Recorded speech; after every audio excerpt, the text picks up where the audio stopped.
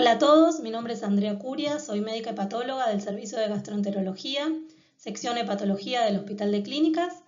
La clase que van a escuchar en el día de hoy es hepatitis aguda y hepatitis crónicas. Vamos a empezar en un primer momento hablando de hepatitis aguda y vamos a empezar con la definición. ¿A qué llamamos hepatitis aguda? Hepatitis aguda es el incremento de las enzimas hepáticas que surge como resultado de la injuria del hepatocito que resuelve en menos de 6 meses. Generalmente eso se manifiesta con un aumento de las transaminasas AST y ALT por más de 10 veces de su valor normal. ¿Cuáles son las causas de hepatitis aguda? Bueno, las causas principales que siempre tienen que interrogar a los pacientes son las causas tóxicas, el alcohol y las drogas.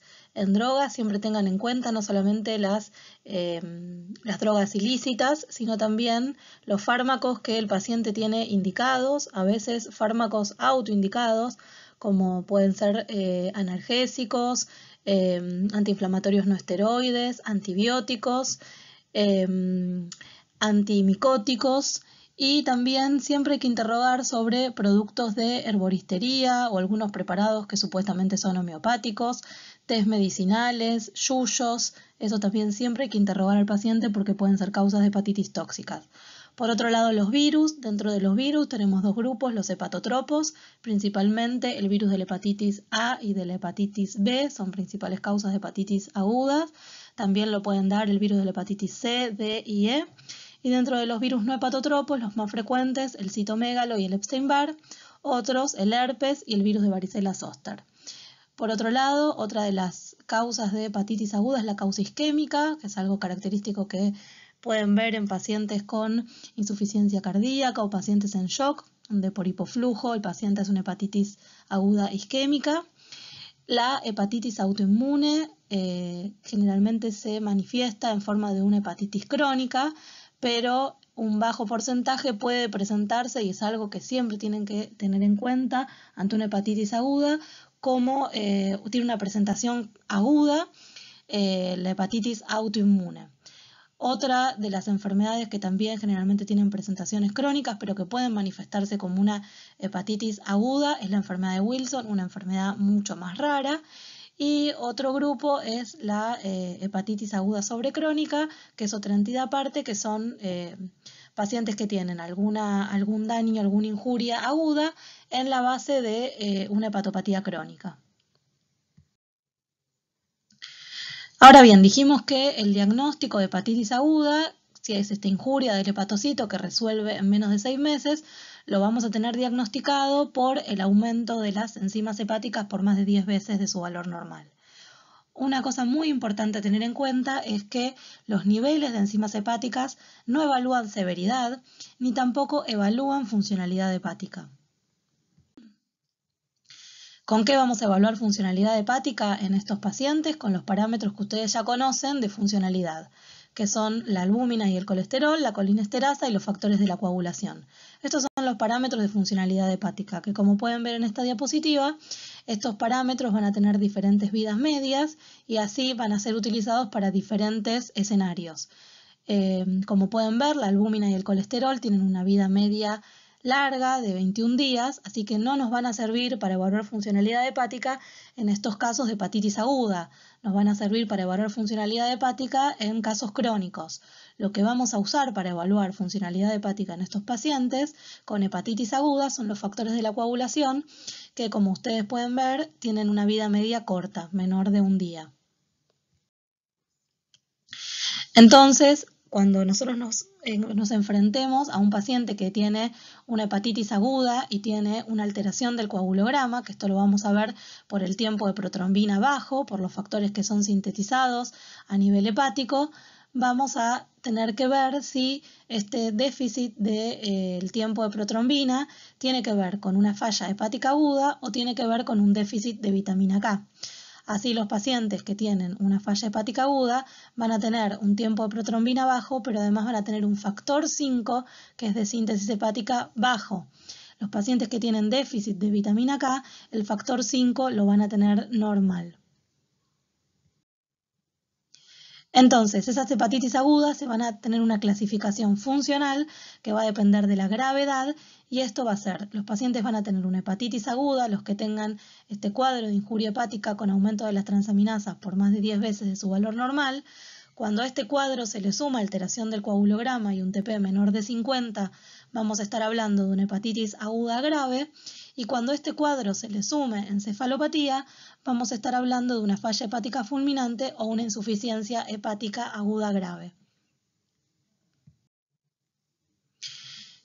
En esta pirámide ven lo que les decía recién. Cuando tenemos que el tiempo de protrombina empieza a alterarse, vamos a estar hablando de una hepatitis aguda y el paciente va a tener una mortalidad del 0%, pero vean cómo empieza a aumentar la mortalidad a medida que el tiempo de protrombina empieza a disminuir y tenemos el cuadro de hepatitis aguda grave y cuando ya al paciente se le suma encefalopatía, que tenemos una falla hepática aguda, ven cómo la mortalidad, esto es antes de la implementación del trasplante, llegaba al 80%.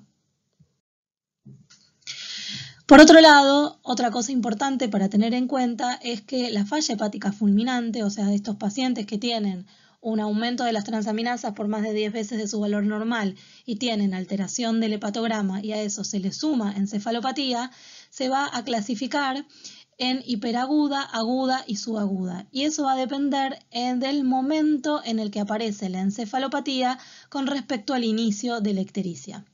Así, los pacientes que tienen encefalopatía dentro de la semana de empezada la ictericia van a tener lo que llamamos una falla hepática fulminante hiperaguda.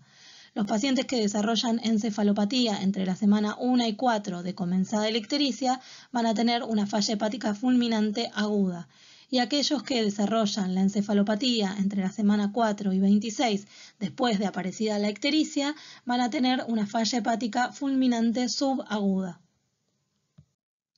Entonces, algo muy importante y también es un concepto importante que quiero que quede de esta clase, es a qué llamamos falla hepática fulminante, es aquella enfermedad hepática aguda que ocurre dentro de las 26 semanas de iniciada la ictericia, sin enfermedad hepática conocida, que se asocia con deterioro de la síntesis hepática, que esto lo vamos a ver por disminución del tiempo de protrombina o aumento del RIN, y disminución del factor 5, menor o igual del 50%, y aparición de encefalopatía.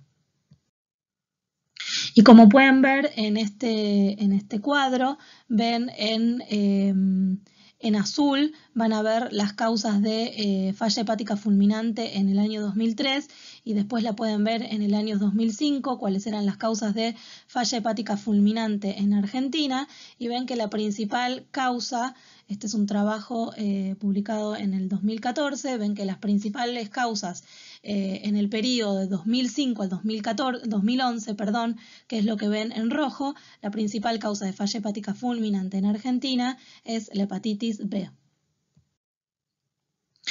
Ahora bien, ya sabemos que es una hepatitis aguda y ya sabemos a qué vamos a llamar que esta hepatitis aguda tenga mayor gravedad. Sabemos a qué denominamos una hepatitis aguda grave y a qué denominamos una falla hepática fulminante. Ante este paciente con una hepatitis aguda con el aumento de las transaminasas, lo primero que tenemos que hacer es excluir si este paciente consumió tóxicos, drogas de todas las que estuvimos hablando y si consumió alcohol. Y otra de las causas que tenemos que analizar viendo el caso clínico del paciente es si este cuadro puede corresponder a una isquemia, porque esto va a tener un tratamiento distinto que va a ser la reposición de volumen. Una vez que ya evaluamos estas tres cosas, vamos ante la sospecha de una hepatopatía crónica o de una obstrucción biliar, solicitar una ecografía abdominal. Y una vez que vemos que no tenemos obstrucción biliar y vemos que el paciente no tiene estigmas de hepatopatía crónica en la ecografía, vamos a empezar por estudiando las causas virales, que son las causas que van a llevarse el mayor porcentaje de los diagnósticos de esta hepatitis aguda. Y vamos a empezar con estos tres virus. Vamos a estudiar hepatitis A, hepatitis B, que les dije que son las más frecuentes y las que tenemos que estudiar principalmente, y también vamos a estudiar hepatitis C. Entonces vamos a pedir un anti-IgM, vamos a pedir un anticore IgM para hepatitis B y un antígeno de superficie, y para hepatitis C vamos a pedir un anti-C. Si tenemos alguno de estos marcadores positivos, vamos a tener el diagnóstico de una hepatitis viral y con esto vamos a identificar el 90% de los casos.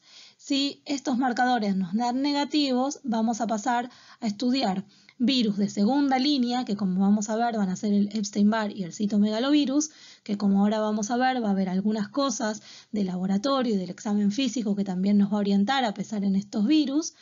Y como tercer medida vamos a pasar a estudiar autoinmunidad, que como les dije, la hepatitis autoinmune se puede presentar como una hepatitis aguda y es algo que tenemos que tener una alta sospecha porque es una de las causas de hepatitis aguda que va a requerir un tratamiento específico. Y otra de las causas, muchas menos frecuentes, pero que también tiene un tratamiento específico, entonces también tenemos que tenerla en mente y sospecharla, es la enfermedad de Wilson, que es una enfermedad metabólica que ahora vamos a ver a continuación. Vamos a empezar entonces por las causas más frecuentes y vamos a ir hablando brevemente algunas cosas de hepatitis virales, de los virus no hepatotropos más frecuentes. Vamos a hablar también de hepatitis autoinmune y de enfermedad de Wilson, brevemente como para nombrar las causas más frecuentes de hepatitis aguda. Vamos a empezar con la hepatitis A. Como ustedes saben, el virus de la hepatitis A es un virus ARN que genera una infección autolimitada, que no requiere un tratamiento específico, que no evoluciona a la cronicidad y que una vez que uno se contagia, induce una inmunidad permanente.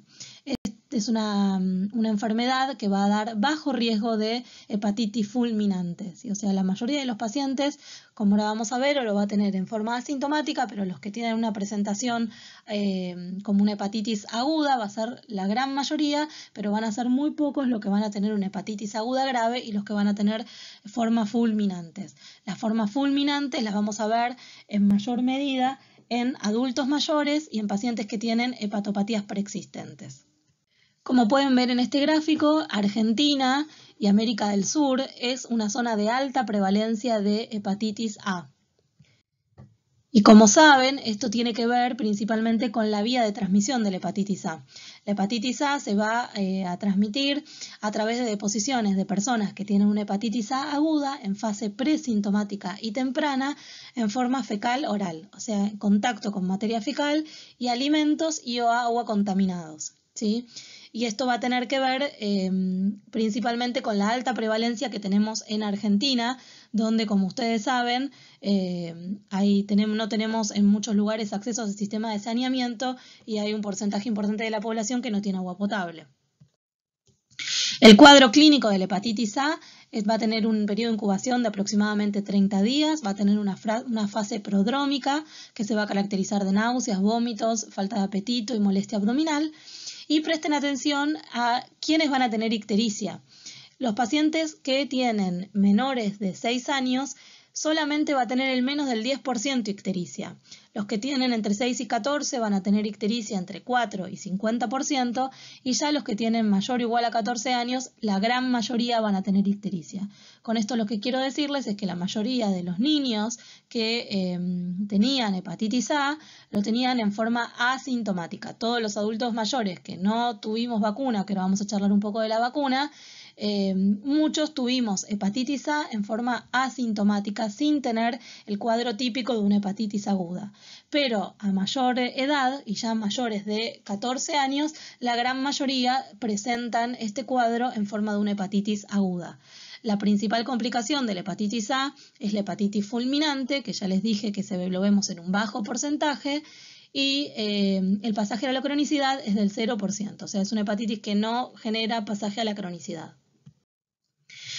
Lo que quiero mostrarles en este cuadro de cómo hacemos el diagnóstico serológico de la hepatitis A, ustedes ven en la parte de abajo del gráfico los meses después de la exposición y pueden ver que una vez que el paciente se infecta, empieza a eliminar virus por materia fecal, que lo ven ahí en la curva roja y que ven que dice HAV fecal, empieza a eliminar virus por materia fecal antes de tener el pico de transaminasas y de presentar los síntomas. En todo este momento el paciente contagia. Todavía el paciente no se enteró que tiene hepatitis A y ahí ya está contagiando. el paciente después tiene síntomas y aumenta las transaminasas, y ustedes ven que cuando aumenta las transaminasas, lo que podemos estudiar es si la anti-A IgM, que como ustedes ven, meses después de la exposición desaparece, pero lo que queda como un marcador de inmunidad permanente es el anti-A total.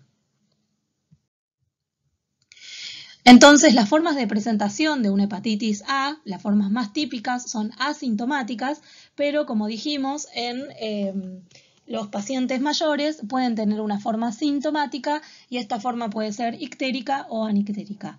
Hay algunas formas atípicas de presentación de la hepatitis A.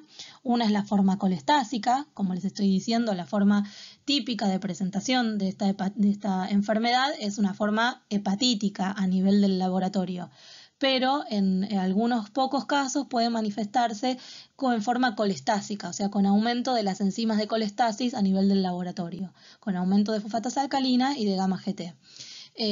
Hay una forma de presentación polifásica, que el paciente tiene un pico de transaminasas y está sintomático, el paciente empieza a sentirse mejor y empiezan a mejorar las transaminasas, y a los meses el paciente vuelve a tener un segundo pico, que a veces hacen que los médicos nos preocupemos mucho, pero son estas formas polifásicas que el cuadro resuelve igualmente en menos de 6 meses. Hay otras formas atípicas con manifestaciones extrahepáticas, y otra de las formas típicas, como les dije, puede ser la forma fulminante. En este cuadro les dejo todas las manifestaciones extrahepáticas que pueden ver en una hepatitis A de presentación aguda. Puede tener manifestaciones, además del hígado, hematológicas, cardíacas, renales, neurológicas, entre otras. Lo que les quiero mostrar con este cuadro es la mortalidad que tiene la hepatitis A, y como ustedes pueden ver, según el grupo etario, la mortalidad va a ser distinta. Y vean cómo la mortalidad en pacientes mayores, más de 49 años, aumenta en forma significativa. Lo que les quiero mostrar en este cuadro es un cuadro que es de la Sociedad Argentina de Trasplante del 2001, donde vemos cuáles son las etiologías de los pacientes que llegaron a trasplante por falla hepática fulminante adultos en el 2001. Estos son pacientes adultos que tuvieron una hepatitis aguda, que esa hepatitis aguda fue una hepatitis aguda grave, se les alteró la coagulación y a eso se les sumó encefalopatía, tuvieron un cuadro tan grave que requirieron un trasplante hepático. Y como pueden ver, en adultos, en ese momento, en el 2001, la hepatitis A era la quinta causa por la que estos pacientes adultos requerían un trasplante hepático. Miren en el mismo momento, en el 2001, qué pasaba con los niños. Dentro de los niños que llegaban a un trasplante hepático por una falla hepática fulminante, la hepatitis A era la primer causa, o sea, la primer causa por la que un chico en el 2001 requería un trasplante hepático por falla hepática fulminante, o sea, una hepatitis aguda que se transformaba en grave y que se le agregaba encefalopatía y que estos pacientes estaban tan graves que requerían un trasplante, era la hepatitis A.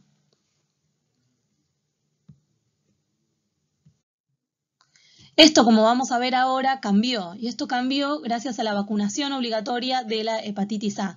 La hepatitis A está en el calendario de vacunación desde el año 2005, se da una sola dosis a los 12 meses de vida a todos los chicos en forma obligatoria, y desde el marzo de 2007 no se reconocen más casos de falla hepática fulminante y trasplante hepático en chicos por hepatitis A. Acá vemos el calendario obligatorio de vacunación, como a los 12 meses está una dosis de vacuna de hepatitis A. Les voy a hablar un poco ahora de hepatitis B.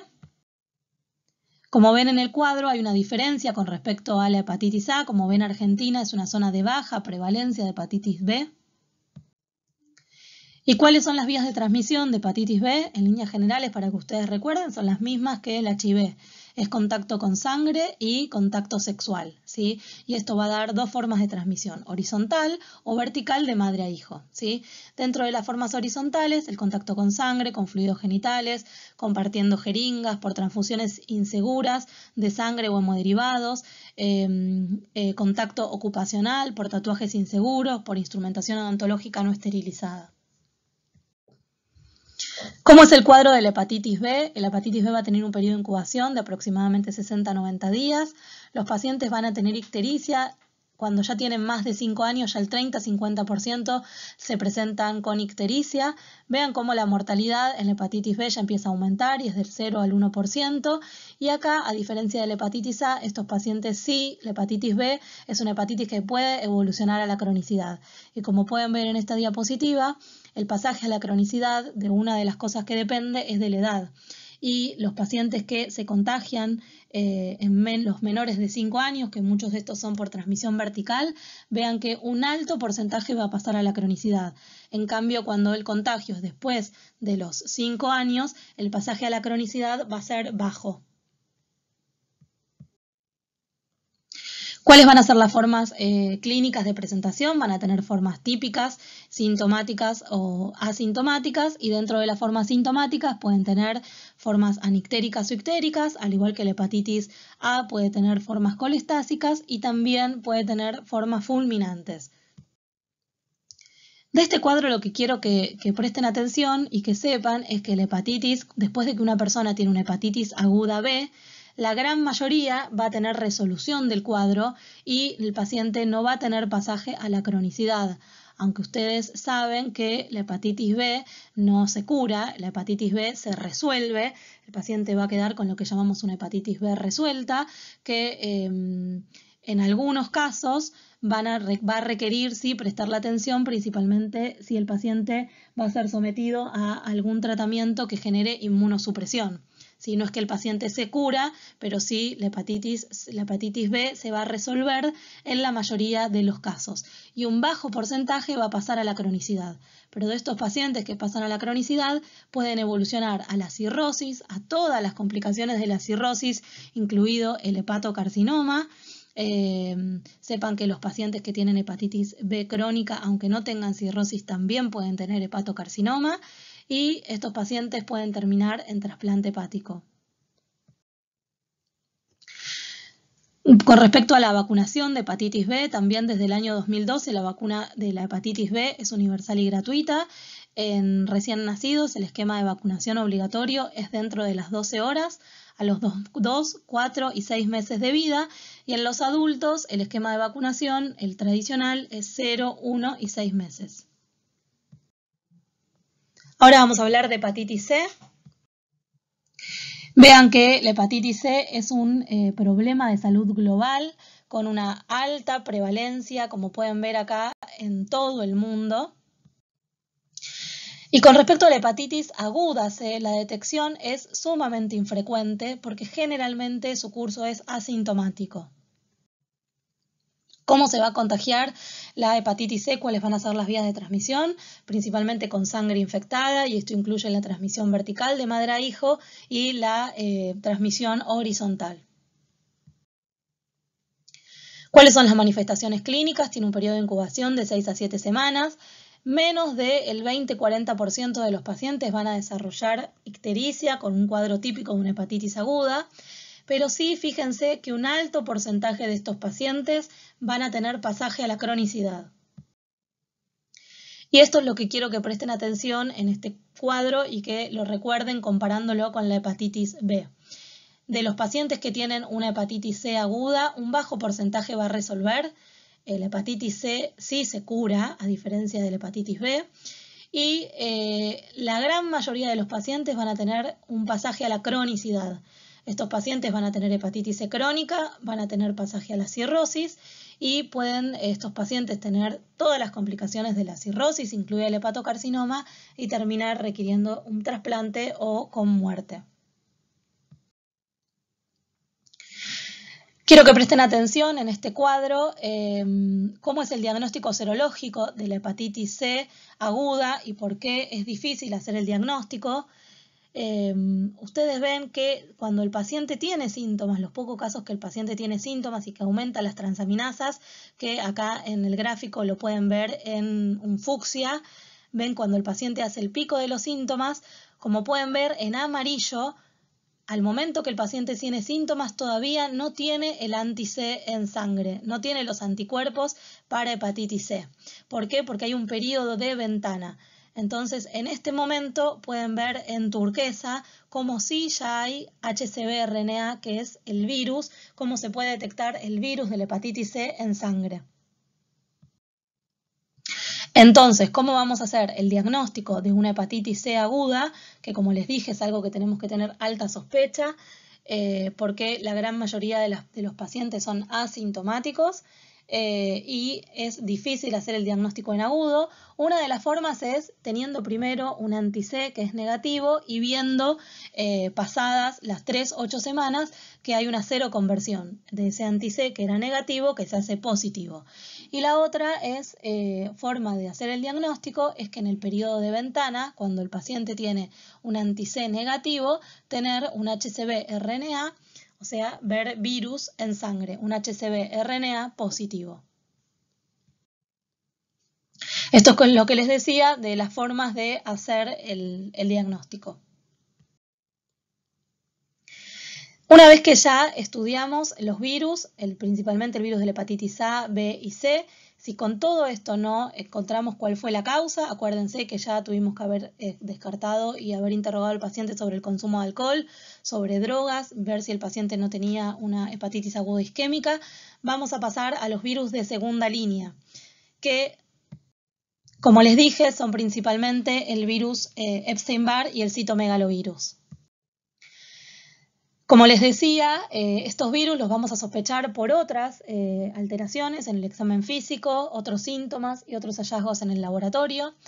El citomegalovirus tiene una alta seroprevalencia en la población general, que puede llegar hasta el 70-80%, y la hepatitis aguda por citomegalovirus es la manifestación habitual y más común de primoinfección en inmunocompetentes. En adultos jóvenes suele ser autolimitada y estos pacientes, además de tener el aumento de las transaminasas, se van a caracterizar porque van a tener fiebre prolongada, al examen físico van a tener hepatoesplenomegalia y además del aumento de las transaminasas pueden tener aumento de fosfatasa alcalina y algo característico es que suelen tener linfomonocitosis en el hemograma.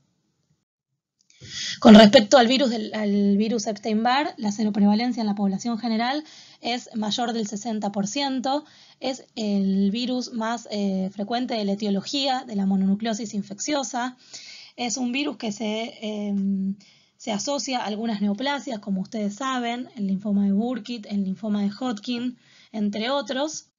Y con respecto a la hepatitis aguda que genera el virus Epstein-Barr, estos pacientes van a tener, además del aumento de las transaminasas, que generalmente no suele ser tan importante, suelen tener un aumento del LDH, suelen tener aumento de fosfatasa alcalina y aumento de bilirrubina también.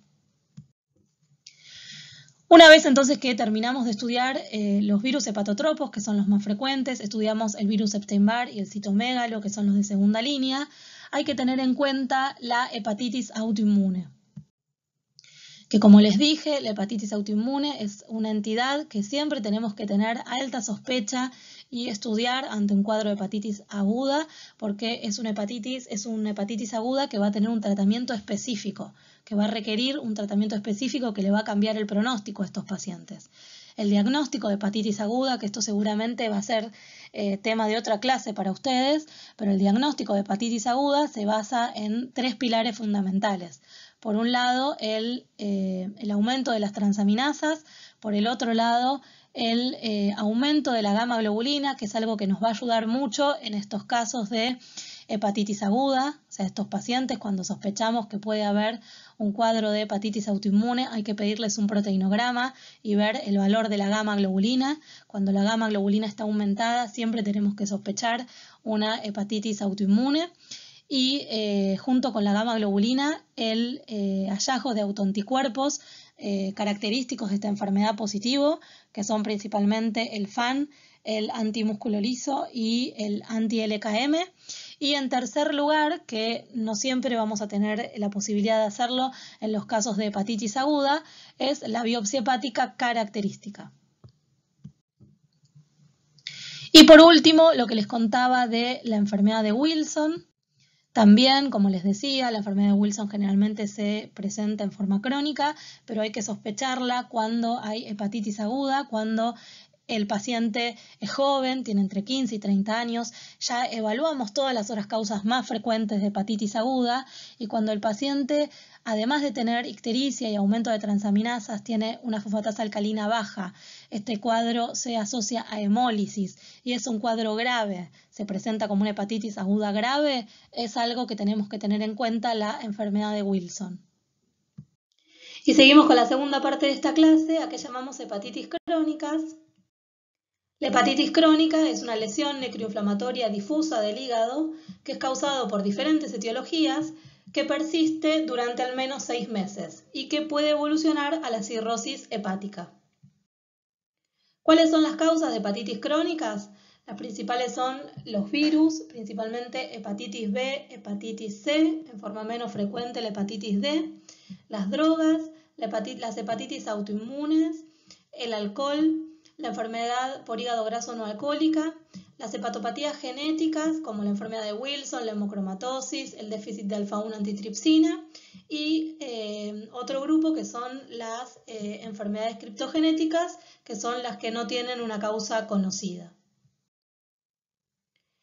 Esta es la clasificación histológica de las hepatitis crónicas, que es lo que nos informan los patólogos en las biopsias, que es lo que se conoce como el índice Metavir, que lo que habla es del estadio de fibrosis en la biopsia hepática, y esto va a estar informado como un estadio de fibrosis F0 cuando no hay nada de fibrosis hepática, a diferentes estadios hasta fibrosis F4 cuando haya una cirrosis hepática completa o incompleta. Y les voy a hacer un comentario muy chiquito de las principales causas de hepatitis crónica. La hepatitis B crónica ya hablamos bastante cuando hablamos de hepatitis B aguda. Recuerden que la mayoría de los pacientes que tienen una hepatitis B aguda resuelven y que solo un bajo porcentaje va a pasar a la cronicidad, pero que la hepatitis B es una causa de hepatitis crónica que puede llevar a la cirrosis, a todas las complicaciones de la cirrosis y que puede evolucionar al hepatocarcinoma. Y vamos a llamar hepatitis B crónica cuando el antígeno de superficie, que se acuerdan que dijimos que lo utilizábamos para hacer el diagnóstico de hepatitis B aguda, cuando este antígeno de superficie persiste por más de 6 meses, vamos a decir que esta hepatitis B ya está en un estado de cronicidad. Con respecto a la hepatitis C crónica, también esto lo hablamos cuando hablamos de hepatitis C aguda. Recuerden que al contrario de lo que pasa en la hepatitis B aguda, la mayoría de los pacientes que tienen una hepatitis C aguda pasan a la cronicidad. Y estos pacientes pueden evolucionar a la cirrosis, pueden evolucionar a todas las complicaciones de la cirrosis, incluido el hepatocarcinoma. Con respecto a otra de las causas de hepatitis crónica, tenemos a la hepatitis autoinmune. La hepatitis autoinmune es un síndrome clínico de hepatitis progresiva que se caracteriza por la pérdida de tolerancia a autoantígenos hepáticos que resulta en inflamación hepática, en presencia de autoanticuerpos en sangre, aumento de gamma-globulinas y o de inmunoglobulina G, una biopsia hepática compatible, una respuesta característica al tratamiento inmunosupresor, que eso ustedes lo van a ver cuando vean tratamientos, y que la forma de presentación generalmente va a ser insidiosa, o sea, generalmente se va a presentar como una hepatitis crónica en el 40% de los casos, se va a presentar como una hepatitis aguda, que eso lo vimos en la primera parte de la clase, en un 20% de los casos, se va a presentar ya como una hepatitis crónica, pero en un estadio de cirrosis, o sea, como una hepatitis crónica ya avanzada, en un 20% de los casos, y en forma inusual se puede presentar en forma aguda, pero de forma fulminante.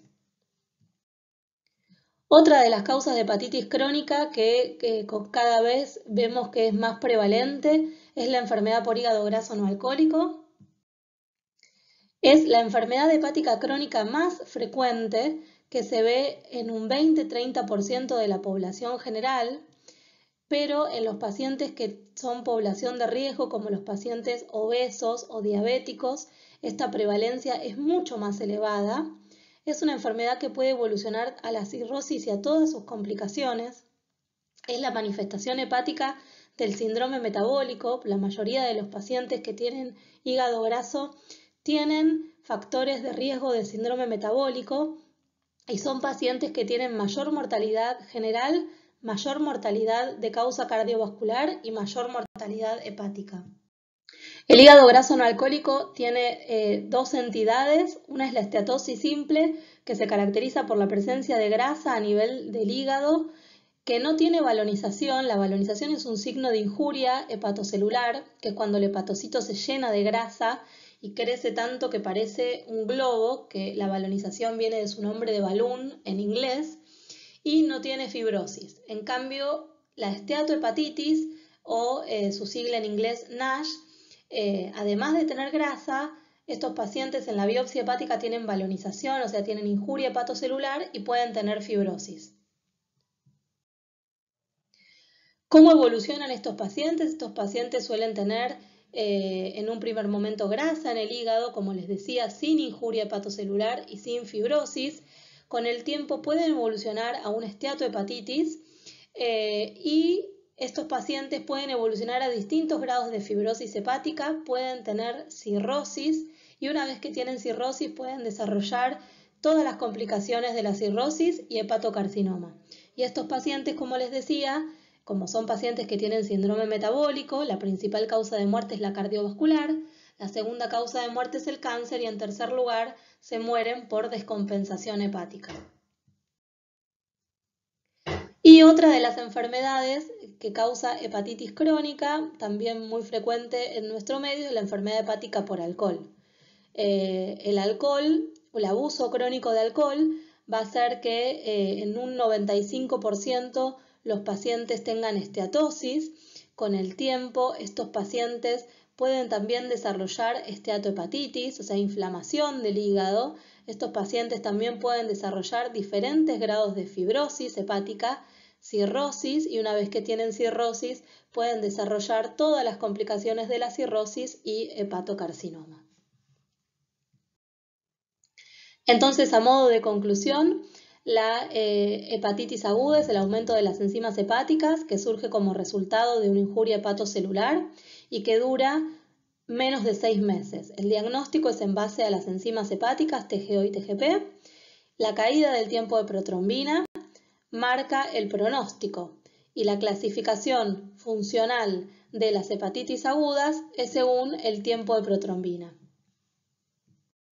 Recuerden entonces que llamamos hepatitis aguda al síndrome clínico caracterizado por ictericia de aumento de las transaminasas, que cuando a eso se le suma coagulopatía, alteración en el tiempo de protrombina, vamos a estar ante la presencia de una hepatitis aguda grave, y cuando a eso se le suma encefalopatía, vamos a estar hablando de falla hepática fulminante.